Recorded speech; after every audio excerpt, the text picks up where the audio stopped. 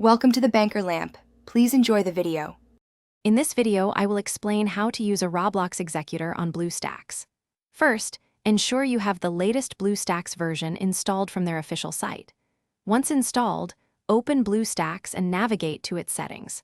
For the best experience, allocate at least 4 CPU cores and 4 GB of RAM. After optimizing settings, open the Google Play Store within BlueStacks and install the Roblox application. This foundational setup is crucial for a smooth and efficient experience. Next, you'll need to acquire a Roblox Executor. It's vital to research and choose a reputable and safe executor that is specifically designed to be compatible with Android environments. Once you've identified a suitable option, download its APK file directly from the official source to avoid any malicious software.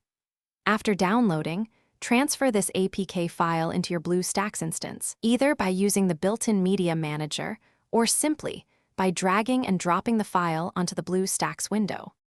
With the Executor's APK file now inside BlueStacks, proceed to install it. Once installed, launch the Roblox application and log into your account as you normally would. After Roblox is running, open the newly installed Executor. You will then need to attach the Executor to the active Roblox process. This step is critical as it allows the Executor to interact with the game, enabling its functionalities. Ensure both applications are running smoothly before proceeding. Finally, you're ready to use the Executor.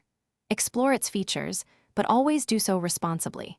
Remember, using executors carries inherent risks, such as potential account bans or exposure to malware, so proceed with caution.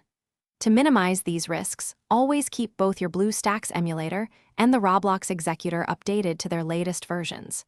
Regular updates often include security patches and improved compatibility, contributing to a safer and more stable experience while using these tools.